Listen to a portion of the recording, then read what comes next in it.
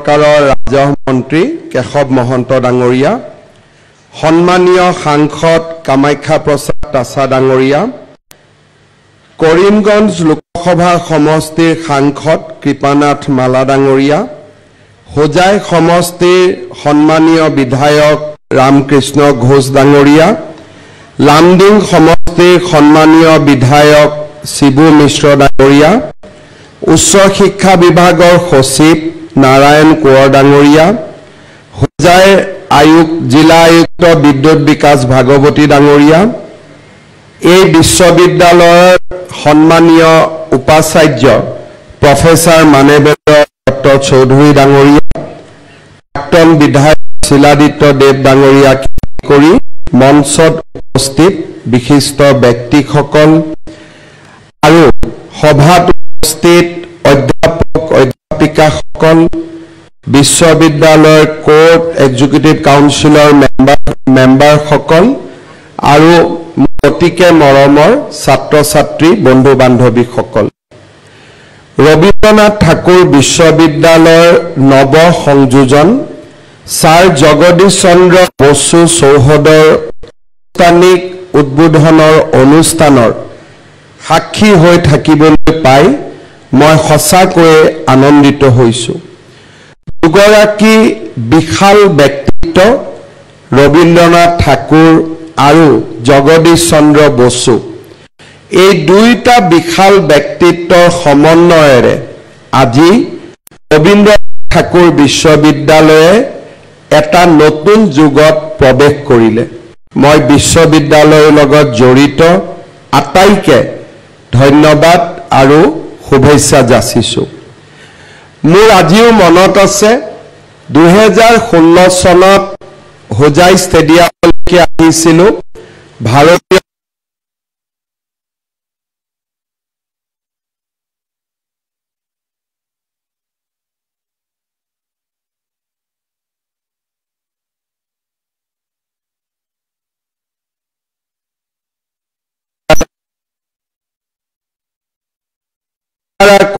সিদিনাখন মই ঘোষণা কৰিছিলোঁ যে ভাৰতীয় জনতা পাৰ্টি যদি চৰকাৰ হয় আমি হোজাইত এখন বিশ্ববিদ্যালয় নিৰ্মাণ কৰিম। চৰকাৰ হোৱাৰ পিছত আমি চিন্তা কৰিছিলোঁ যে কেনেকৈ আমি বিশ্ববিদ্যালয়খন নিৰ্মাণ কৰিব পাৰোঁ। 2017 চনত মোৰ বিত্তমন্ত্ৰী হিচাপে বাজেট বক্তৃতাত মই উল্লেখ কৰিছিলোঁ যে হোজাই মহাবিদ্যালয়ক ৰবীন্দ্ৰনাথ ঠাকুৰ বিশ্ববিদ্যালয়লৈ উন্নত কৰা হ'ব। ঠিক সেইধৰণে ভট্টদেৱ বিশ্ববিদ্যালয় আৰু মাধৱদেৱ বিশ্ববিদ্যালয়ৰ বিষয়েও আমি ঘোষণা কৰিছিলোঁ। 2019 চনত বিশ্ববিদ্যালয়ৰ আইন অসম বিধানসভাই পাৰিত কৰে আৰু চাওঁতে চাওঁতে আজি 2025 চনত 3050 গৰাকী শিক্ষাৰ্থী আৰু আমাৰ প্ৰায় 32টা পাঠ্যক্ৰমৰে আজি ৰবীন্দ্ৰনাথ ঠাকুৰ বিশ্ববিদ্যালয়ে এক পূৰ্ণাংগ ৰূপ পাইছে। মই বিশ্ববিদ্যালয়ৰ লগত জড়িত আটাইকে ধন্যবাদ আৰু অভিনন্দন জনাইছোঁ। প্ৰায় 82 বিঘা ভূমি সামৰি আমি নতুন যিটো দ্বিতীয় কেম্পাছ বুলি কওঁ ছাৰ জগদীশ চন্দ্ৰ বসু কেম্পাছ আজি অলপ আগতে আমি শুভ উদ্বোধন কৰিছোঁ। ইতিমধ্যে হোজাইৰ বিধায়ক ৰামকৃষ্ণ ঘোষ ডাঙৰীয়াৰ আগ্ৰহত অসম চৰকাৰে নিৰ্মাণ কৰা ITIখনো আমি ৰবীন্দ্ৰনাথ ঠাকুৰ বিশ্ববিদ্যালয়ক অৰ্পণ কৰিছোঁ। তাৰ ফলত বিশ্ববিদ্যালয়খনৰ তৃতীয় কেম্পাছ এটাও গঢ় লৈ উঠিছে। অলপ আগতে উপাচাৰ্য মহোদয়ে মোক অনুৰোধ কৰিছিলে যে এই কেম্পাছৰ পৰা আমি চিধাকৈ হাইৱেলৈকে ৰাস্তাটো বনাই দিব পাৰোঁ নেকি। প্ৰায় 1.5 কিলোমিটাৰ ৰাস্তা আমি বনাব লাগিব। মই জিলা আয়ুক্ত মহোদয়ক অনুৰোধ কৰিম যে অহা 10-15 দিনৰ ভিতৰত আমাক এষ্টিমেটটো দিব লাগে যাতে আমি চিধাই সুন্দৰ ৰাস্তা এটা নিৰ্মাণ কৰি দিব পাৰোঁ, যাতে আমি একেলগে হাইৱেলৈকে গৈ উঠিব পাৰোঁ। শিক্ষামন্ত্ৰী ৰণোজ পেগু ডাঙৰীয়া আমাৰ মাজত উপস্থিত আছে ই প্ৰথম পৰ্যায়ৰ কেম্পাছ এইখন বিশ্ববিদ্যালয়ক লৈ আমাৰ যথেষ্ট সপোন আছে দ্বিতীয় কেম্পাছ ছাৰ জগদীশ চন্দ্ৰ বসু কেম্পাছটো আৰু অধিক সুন্দৰ কৰিবলৈ আজিৰ সভাতে মই আৰু 50 কোটি টকা ঘোষণা কৰিছো যাতে এই বিশ্ববিদ্যালয়খনৰ আমি পূৰ্ণাংগ ৰূপ দিব পাৰো শিক্ষাৰ প্ৰতি আমাৰ চৰকাৰৰ এক বিশেষ দায়বদ্ধ আছে ভাৰত অতীজৰে পৰা জ্ঞান আৰু প্ৰজ্ঞাৰ ভূমি আৰু আমাৰ চৰকাৰখনৰ প্ৰচেষ্টা যে ভাৰতবৰ্ষখনক আমি আধুনিকতাৰ লগত সংমিশ্ৰণ কৰি অতীজৰ সনাতন সংস্কৃতিৰ জ্ঞান আৰু প্ৰজ্ঞাৰে আমি এখন ভাৰত নিৰ্মাণ কৰা যিখন ভাৰত বিশ্বগুৰুৰ আসনলৈ যাব পাৰে ভাৰতবৰ্ষৰ সংস্কৃতি আবহমান কালৰ পৰা নিৰন্তৰভাৱে চলি আহিছে তাৰ মূল কাৰণেই হৈছে এই সংস্কৃতিৰ ভেটি আছিলে জ্ঞান আৰু প্ৰজ্ঞা আজি এটা সময়ত বিশ্বৰ বিভিন্ন সময়ত পৰিৱৰ্তন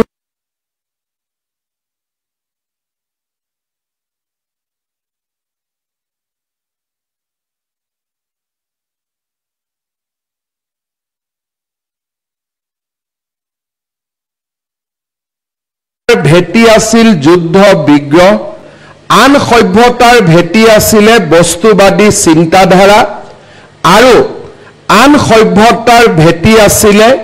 আনক পৰাজিত কৰি নিজৰ সভ্যতাৰ ধ্বজা উৰুৱা ভাৰতীয় সভ্যতা আজি 6000 বছৰ ধৰি বৰ্তি আছে আৰু আমি সকলোৱে জানো যে সময়ৰ লগে লগে আমাৰ সভ্যতা সুৰক্ষিত হৈছে আমাৰ সভ্যতা দুৰ্বল হোৱা নাই তাৰ কাৰণ হৈছে যে আমাৰ সভ্যতাই কাৰো লগত যুদ্ধ বিগ্ৰহ কৰিবৰ বাবে আমাক শিক্ষা নিদিয়ে আমাৰ সভ্যতা বস্তুবাদী চিন্তাধাৰাৰ আধাৰত নিৰ্মাণ হোৱা নাই আৰু আমাৰ সভ্যতাই জ্ঞান আৰু প্ৰজ্ঞাৰ পথেৰে আগুৱাই গৈ জগতখনক আলোকিত কৰাৰ বাবে নিৰন্তৰ প্ৰয়াস কৰিছে কবিগুৰু ৰবীন্দ্ৰনাথ ঠাকুৰেই হওক ছাৰ জগদীশ চন্দ্ৰ বসুৱে হওক আমাৰ ভাৰতৰ প্ৰতিগৰাকী নমস্য ব্যক্তিয়ে ভাৰতীয় সভ্যতা সংস্কৃতিৰ এই মূল চিন্তাধাৰাকে আগুৱাই লৈ গৈ আছে স্বাভাৱিকতে ভাৰতীয় জনতা পাৰ্টিৰ আৰু আমাৰ মিত্ৰগোষ্ঠীয়ে চলাই থকা বৰ্তমানৰ চৰকাৰখন ভাৰতৰ সভ্যতা আৰু সংস্কৃতিৰ ওপৰত সমৰ্পিত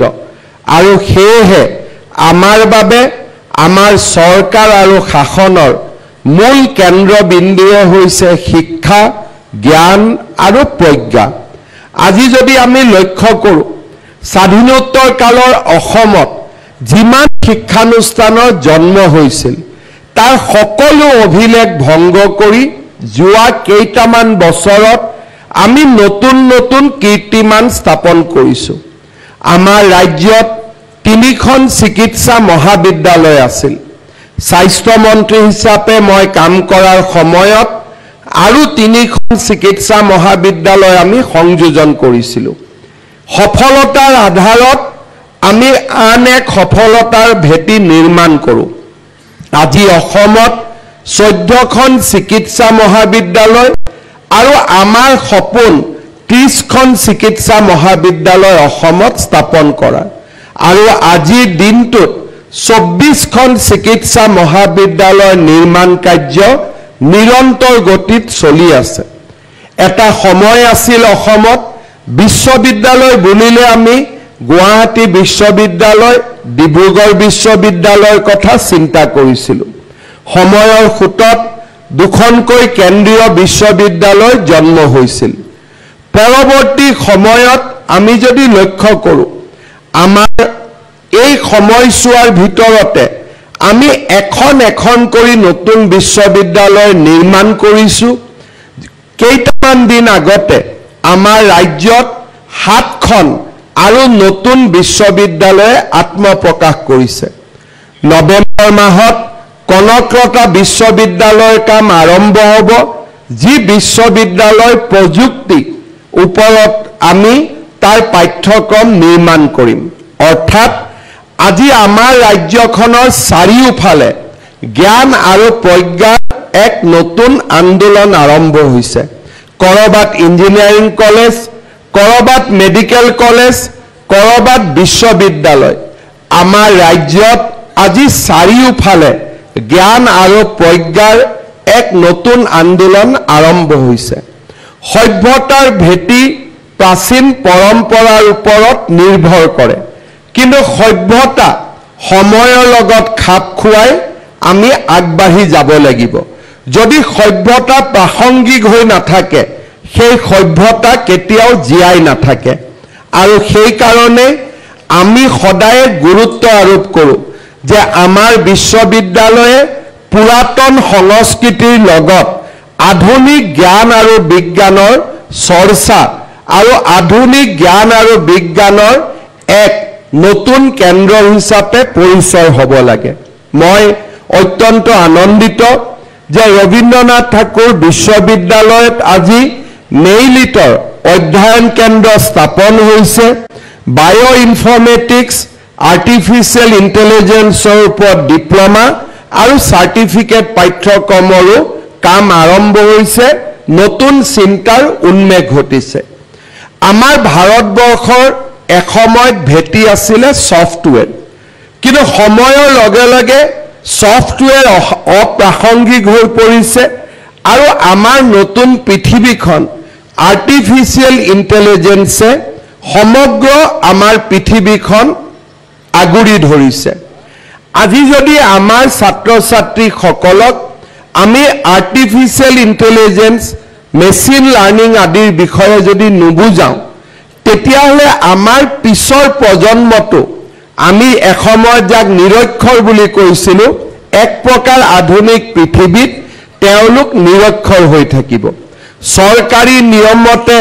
অ আ ক খ 1 2 3 4 লিখিব পাৰিলে আমি শিক্ষিত হলোঁ, কিন্তু আধুনিক পৃথিৱীত artificial intelligence, machine learning, semi conductor, quantum physics, augmented reality এইবিলাকৰ বিষয়ে নাজানিলে আমি যেন এটা খোজো আগুৱাই যাব নোৱাৰিম।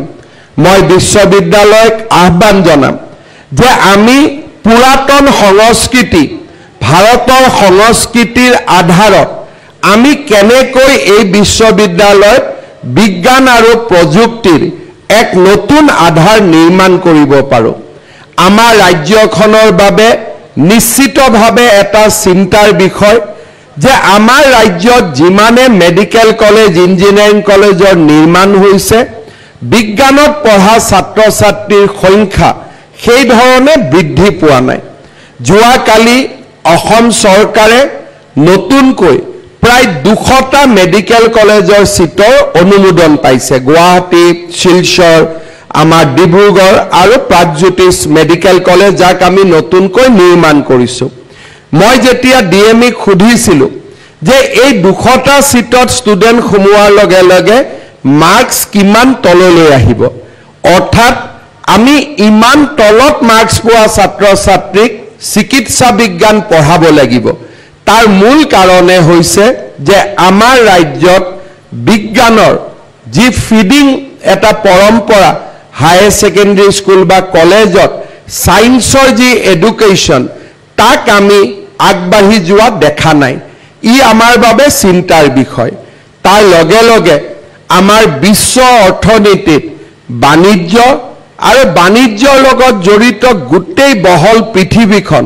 ষ্টক এক্সচেঞ্জৰ পৰা আৰম্ভ কৰি আমাৰ গোটেই ফাইনেন্সিয়েল ইনক্লুজনৰ যিমান বিষয় আছে, যিমান ইক'চিষ্টেম আছে, এই গোটেইবোৰৰ পাঠ্যক্ৰম আমাৰ বাবে অতিকে প্ৰয়োজনীয়। GSTৰ দৰে আইনসমূহ যিমানেই আগবাঢ়ি গৈছে, বাণিজ্য ক্ষেত্ৰত নিয়োগৰ সুবিধা সিমানে বাঢ়ি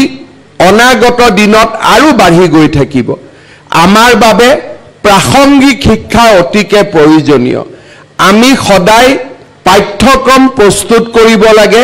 ছাত্ৰ ছাত্ৰীসকলৰ ভৱিষ্যতৰ বাবে চিন্তা কৰি আমি এটা কথা চাব লাগে যে আমাৰ ভাৰত চতুৰ্থ তৃতীয় আমি বিশাল অৰ্থনীতিত পৰিৱৰ্তন হ'বলৈ আগবাঢ়ি গৈ আছো পৰিৱৰ্তিত ভাৰতখনত কেনে ধৰণৰ ছাত্ৰ ছাত্ৰীৰ প্ৰয়োজন পৰিৱৰ্তিত ভাৰতখনত কেনে ধৰণৰ পাঠ্যক্ৰমৰ প্ৰয়োজন এই বিষয়ে বিশ্ববিদ্যালয়ত চিন্তা হ'ব লাগে আৰু আমাৰ বিশ্ববিদ্যালয়সমূহে এই ধৰণে নিজক প্ৰস্তুত কৰিব লাগে মই আৰু এটা দিশলৈ দৃষ্টি আকৰ্ষণ কৰিম আমাৰ ভাৰতবৰ্ষ এক সফট পাৱাৰত পৰিণত হৈছে তাৰ মূল কাৰণে হৈছে যুৱক যুৱতীসকলৰ মাজত থকা উদ্যমিতা আজি ভাৰত পৃথিৱীৰ ভিতৰতে আটাইতকৈ বেছি ষ্টাৰ্টআপ থকা এখন ৰাষ্ট্ৰ ভাৰত পৃথিৱীৰ ভিতৰতে আটাইতকৈ বেছি ইউনিকৰ্নৰ প্ৰতিষ্ঠাতা যদি আমাৰ ৰাজ্যখনত বিশ্ববিদ্যালয় আৰু ইঞ্জিনিয়াৰিং কলেজসমূহত ষ্টাৰ্টআপৰ এটা মুভমেণ্ট নহয় ছাত্ৰ ছাত্ৰীসকলৰ উদ্যমিতা ছাত্ৰ ছাত্ৰীসকলৰ ইনোভেটিভ কোৱালিটিক আমি যদি ল্যাবৰেটৰী আৰু ল্যাবৰেটৰীৰ পৰা লেণ্ডলৈকে আমি যদি লৈ যাব নোৱাৰো উদ্যমিতাৰ প্ৰতিযোগিতাখনতো আমি বহুত পিছুৱাই থাকিব লাগিব অসমৰ নতুন প্ৰজন্মৰ ওপৰত মোৰ বিশ্বাস আছে আৰু আমি যদি জ্যেষ্ঠসকলে আমাৰ নতুন প্ৰজন্মক প্ৰাসংগিক শিক্ষা আৰু পুৰাতন সংস্কৃতিৰ প্ৰতি ভক্তি এই দুইটা দিশত যদি আগুৱাই লৈ যাব পাৰো আমাৰ ৰাজ্যখন নিশ্চিতভাৱে এখন ভাৰতবৰ্ষৰ ভিতৰতে অগ্ৰগামী ৰাজ্যত পৰিণত হ'ব পাৰে যোৱা 5টা বছৰ অসমৰ মুখ্যমন্ত্ৰীৰ দায়িত্বত থাকি মই নিশ্চিত আৰু মই গভীৰ আত্মবিশ্বাসী যে ভৱিষ্যত আমাৰ ৰাজ্যৰ বাবে অপেক্ষা কৰি আছে সম্ভাৱনাই অসমৰ বাবে অপেক্ষা কৰি আছে আজি অসমৰ আকাশৰ পৰা সন্ত্ৰাসবাদ আঁতৰি গৈছে জাতি জনগোষ্ঠীৰ মিলনৰ এক নতুন পটভূমি নিৰ্মাণ হৈছে আৰু এই পৰিৱেশৰ মাজত আমি যদি উদ্যমিতা প্ৰাসংগিক শিক্ষা আমাৰ সংস্কৃতিৰ প্ৰতি সমৰ্পণ এই তিনিওটা বিষয়বস্তুক আমি যদি আমাৰ জীৱনত সমাহিত কৰি আমি আগুৱাই যাব পাৰো তেনেহলে অসমৰ ভৱিষ্যত আটাইতকৈ বেছি সুৰক্ষিত এই বছৰৰ আগভাগত আমি অসমত এডভান্টেজ আসাম শীৰ্ষ বিনিয়োগ সন্মিলন আয়োজন কৰিছিলো 5,15,000 কোটি টকা নিৱেশৰ আমাৰ প্ৰস্তাৱ আহিছিল আৰু আজি আমি অত্যন্ত গৰ্বিত যে এডভান্টেজ আসামৰ কমপ্লিশনৰ 6 মাহৰ ভিতৰতে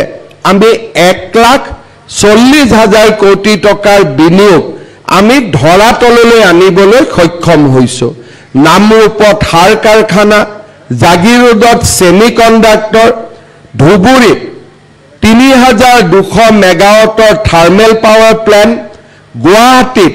চিকিৎসালয় আৰু হোটেলৰ সমন্বয়েৰে মেডিকেল টুৰিজম আজি নুমলীগড় ৰিফাইনেৰীত বাহৰে ইথানল নিৰ্মাণ বায়ো ৰিফাইনেৰীৰ নিৰ্মাণ পলিপ্ৰপিলিনৰ দৰে বায়ো প্ৰডাক্টৰ আজি আমাৰ বিভিন্ন ধৰণে আমাৰ ৰাজ্যখনক আমি এক মেনুফেকচাৰিং হাবলৈ ৰূপান্তৰ কৰাৰ বাবে আমি প্ৰচেষ্টা কৰিছো চাওঁতে চাওঁতে উজনিৰ পৰা নামনিলৈ কেইবাটাও বিশাল উদ্যোগে ভুমুকি মাৰিব আমাৰ এছাম শিক্ষিত যুৱক লাগিব যিছাম যুৱকে এই উদ্যোগত কাম কৰিব পাৰিব জাগিৰোডৰ সেমিকন্ডাক্টৰ ইণ্ডাষ্ট্ৰীত আমাক 30,000 যুৱক যুৱতীৰ প্ৰয়োজন হ'ব নামৰূপত আমাক 4,000তকৈ অধিক যুৱক যুৱতীৰ প্ৰয়োজন হ'ব নুমলীগড়ৰ লগত জড়িত গোটেই ইকোসিস্টেমত 10,000তকৈ বেছি আমাক যুৱক যুৱতীৰ প্ৰয়োজন হ'ব আমাৰ থাৰ্মেল পাৱাৰ ষ্টেচনত 10,000 যুৱক যুৱতীৰ প্ৰয়োজন হ'ব আজি যদি আমাৰ ৰাজ্যখনৰ যুৱক যুৱতীয়ে এইসমূহ স্থান দখল কৰিব নোৱাৰে তেনেহলে আন ৰাজ্যৰ পৰা যুৱক যুৱতীক আমি মাতি আনিব লাগিব এই পৰিবেশৰ পৰা আমি কেনেকৈ মুক্তি পাব পাৰো যদি আমাৰ বিশ্ববিদ্যালয় মহাবিদ্যালয় ইঞ্জিনিয়াৰিং কলেজসমূহত সেই প্ৰাসংগিক শিক্ষা আৰম্ভ হয় আজি মই বিশ্বাস কৰোঁ যে এখন নতুন বিশ্ববিদ্যালয় হিচাপে ৰবীন্দ্ৰনাথ ঠাকুৰ বিশ্ববিদ্যালয়ে এটা ৰাস্তা পথৰ নিৰ্মাণ কৰিব পাৰে কাৰণ আমাৰ ইয়াত লিগেসি নাই আমাৰ ইয়াত অতীতৰ বোজা নাই আমাৰ ইয়াত অতীতৰ কথা চিন্তা কৰি ভৱিষ্যতৰ সিদ্ধান্ত লোৱাৰ প্ৰয়োজন নাই বৰ্তমানৰ ওপৰত আমি সিদ্ধান্ত ল'ব পাৰোঁ গুৱাহাটী বিশ্ববিদ্যালয় ডিব্ৰুগড় বিশ্ববিদ্যালয় তেওঁলোকে সিদ্ধান্ত লোৱাৰ আগতে অতীতলৈ উভতি যাব লাগে ৰবীন্দ্ৰনাথ ঠাকুৰ বিশ্ববিদ্যালয়ে অতীতলৈ উভতি যাব নালাগে কাৰণ ই এক নতুন বিশ্ববিদ্যালয় আৰু নতুন বিশ্ববিদ্যালয়ে নিজৰ ভৱিষ্যত নিজে নিৰ্মাণ কৰিব পাৰে মই বিশ্বাস কৰোঁ ৰবীন্দ্ৰনাথ ঠাকুৰ বিশ্ববিদ্যালয়ে নতুন বিশ্ববিদ্যালয় হোৱাৰ সম্পূৰ্ণ সুবিধা গ্ৰহণ কৰি প্ৰাসংগিক শিক্ষা আৰু প্ৰাসংগিক শিক্ষাৰ লগে লগে প্ৰযুক্তি আৰু উদ্যমিতাৰ প্ৰতি আমাৰ যুৱক যুৱতীসকলৰ মাজত এক নতুন চিন্তা নতুন চেতনাৰ নিৰ্মাণ কৰা মই যেতিয়া আমাৰ ছাত্ৰ ছাত্ৰীসকলৰ লগত কথা পাতো মই প্ৰতিজন ছাত্ৰ ছাত্ৰীৰ চকুত এক উজ্জ্বল ভৱিষ্যতৰ সম্ভাৱনা দেখো মই বিশ্বাস কৰোঁ যে আমি এটাও ভৱিষ্যত আমি কেতিয়াও নষ্ট হ'ব দিব নালাগে এডাল ধুনীয়া গছ কাটি দিলে যি ধৰণে মানুহৰ চেতনাত কৰবাত দুখ আৰু কষ্টৰ অনুভূতি হয় এজন ছাত্ৰ ছাত্ৰীও বিপথে পৰিচালিত হলে সমাজে এটা মানৱ সম্পদ হেৰুৱাই পেলায় আমাৰ বাবে আজি অসমৰ বাবে সম্ভাৱনাৰ অযুত দুৱাৰ মুকলি হৈছে যোৱা কেইদিনমান আগতে প্ৰধানমন্ত্ৰী নৰেন্দ্ৰ মোদী ডাঙৰীয়া জাপানলৈ গৈছিলে জাপান আৰু ভাৰতৰ মাজত চুক্তি হৈছে যে 5 লাখ যুৱক যুৱতীৰ মাজত দুইখন চৰকাৰৰ মাজত আদান প্ৰদান হ'ব মই অত্যন্ত আনন্দিত যে যোৱা 6 মাহ আগতে মই জাপানলৈ যাওঁতে আৰু তাৰ পিছত জাপানৰ হাউস অফ ৰিপ্ৰেজেন্টেটিভৰ স্পিকাৰ যেতিয়া অসমলৈ আহিছিলে তেওঁলোকে আমাৰ লগত বুজাবুজি চুক্তি কৰিছিলে যে এই 5 লাখ যুৱক যুৱতী 50,000 যুৱক যুৱতী তেওঁলোকে অসমৰ পৰা লৈ যাব বিচাৰে আজি সিংগাপুৰে অসমৰ পৰা যুৱক যুৱতীক লৈ যাব বিচাৰে নাৰ্ছিং এডুকেশ্যন সফটৱেৰৰ পৰা আৰম্ভ কৰি ড্ৰাইভিংলৈকে মাত্ৰ আমি জাপানীজ শিকিব লাগে বা আমি ইংৰাজী শিকিব লাগে সিংগাপুৰত ইংৰাজী লাগে জাপানত জাপানীজ ল্যাঙ্গুৱেজ লাগে বিশ্ববিদ্যালয় জাপানীজ ল্যাঙ্গুৱেজৰ সেন্টাৰ হ'ব পাৰে আৰু আমি এই ধৰণে আমাৰ যুৱক যুৱতীসকলক আমি নতুন পৃথিৱীখনৰ বাবে প্ৰস্তুত কৰি তুলিব পাৰোঁ মই নিশ্চিত যে আমাৰ সন্মুখত অযুত সম্ভাৱনা লুকাই আছে মাত্ৰ আমাৰ প্ৰজন্মই জ্যেষ্ঠজনে সিদ্ধান্ত ল'ব লাগে যে আমি গছপুলি এটাক যেনেকৈ মৰম কৰি ডাঙৰ কৰোঁ ঘৰত যেনেকৈ আমি আমাৰ সন্তানক মৰম কৰি ডাঙৰ কৰোঁ ঘৰত যেনেকৈ আমি জীৱ জন্তু পশু পক্ষীক আমি ডাঙৰ কৰোঁ তেনেকৈ কলেজ আৰু বিশ্ববিদ্যালয়ত পঢ়া ছাত্ৰ ছাত্ৰীসকলকো ভৱিষ্যতৰ সম্পদ হিচাপে আমি তেওঁলোকক আগুৱাই লৈ যাবৰ বাবে প্ৰয়াস আৰু প্ৰচেষ্টাত আমি ব্ৰতী হ'ব লাগে আমাৰ চৰকাৰে শিক্ষাক সকলো দিশৰ পৰা সহজলভ্য কৰাৰ বাবে চেষ্টা কৰিছে কেইদিনমান আগতে এখন মিটিঙত যোৱাৰ আগতে মই চাট জিপিটিত এটা কুৱেশ্যন দিছিলোঁ যে ভাৰতৰ কোনখন ৰাজ্যই এডমিশ্যন ইউনিভাৰ্চেলি বিনামূলীয়াকৈ কৰে অসমৰ বাবে কাৰো নাম অহা নাছিল আজি আমাৰ অসমত ছাত্ৰ ছাত্ৰীসকলৰ বাবে প্ৰতিটো পৰ্যায়তে নামভৰ্তি চৰকাৰে বিনামূলীয়া কৰিব পাৰিছে আজি নিযুত মইনা আঁচনিৰ দৰে আঁচনিৰ জৰিয়তে আমি বাল্য বিবাহৰ বিৰুদ্ধে যুঁজিছো আৰু হায়াৰ এডুকেশ্যনত আমি ড্ৰপ আউট ৰোধ কৰাৰ বাবে আমি প্ৰচেষ্টা কৰিছো আজি শিক্ষাৰ যাতে প্ৰতিটো পৰিয়ালৰ বাবে সহজলভ্য হ'ব পাৰে তাৰ বাবে আমি সকলো ফালৰ পৰা ব্যৱস্থা কৰিছো আজি দিনটোত চৰকাৰে যদি বিনামূলীয়া নামভৰ্তি বন্ধ কৰি দিয়ে আমাৰ ষ্টুডেণ্টৰ ইনটেক সেই দিনাখনে 20% কমিব আৰু নিযুত মইনা আঁচনি বন্ধ কৰি দিয়াৰ লগে লগে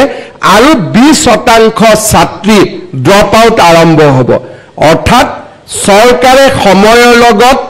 প্ৰাসংগিকতাৰ লগত নিজক যাতে আমি পিছ পৰি নাযাওঁ তাৰ বাবে আমি প্ৰতিটো পৰ্যায়তে ছাত্ৰ ছাত্ৰীসকলৰ কল্যাণৰ বাবে আমি ব্যৱস্থা হাতত লৈছো শিক্ষামন্ত্ৰী ডাঙৰীয়াই উল্লেখ কৰিছে যেতিয়া ষ্টুডেণ্টে পোষ্ট গ্ৰেজুৱেট পঢ়াৰ বাবে আসন বিচাৰি পোৱা নাছিল আমি বিশ্ববিদ্যালয়ৰ এখন ডাঙৰ জাল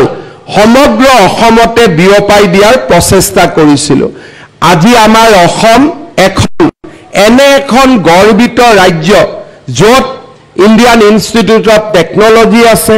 য'ত all India institute of medical science আছে য'ত নেশ্যনেল ফৰেনচিক সায়েন্স ইউনিভাৰ্চিটি আছে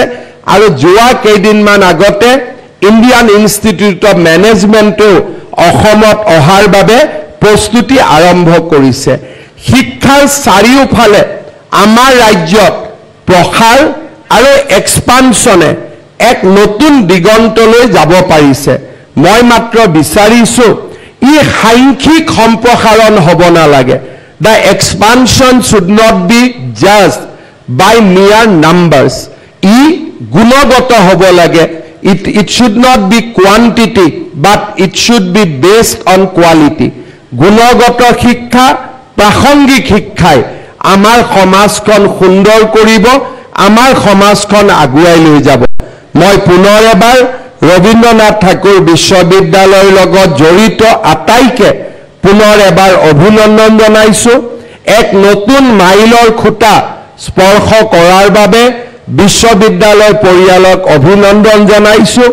জ্ঞান আৰু প্ৰজ্ঞাৰ দুৰন্ত যাত্ৰা এনে ধৰণে অব্যাহত থাকক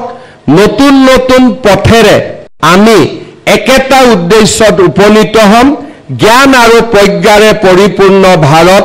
এখন নৱজাগ্ৰত অসম বহুত বহুত ধন্যবাদ জয় হিন্দ বন্দে মাতৰম